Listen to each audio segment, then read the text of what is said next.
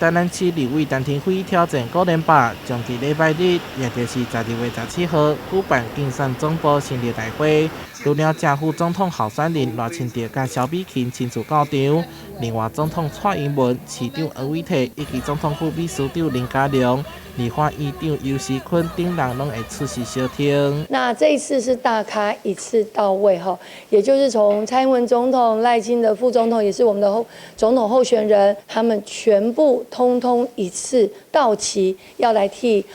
赖清德、陈亭妃联合竞选总部的一个成立大会来支持加油。所以呢，邀请大家一起来参加。陈廷辉也康招来发评府合作推出上新的木款小物碰饼。这个碰饼顶面非常特殊，家己人上行的烂小猫啊、狗啊徽章图案直接印伫咧顶面，佮加上经济站发表的非常女力碰饼，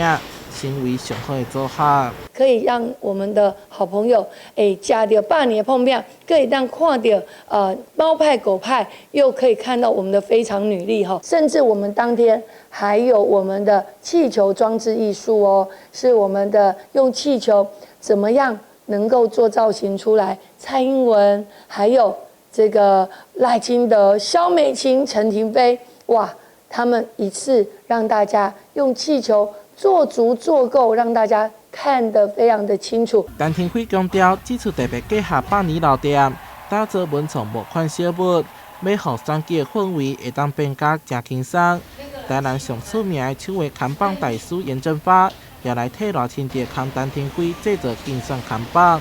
祝福因会当高票当选。台南新闻出海采访报道。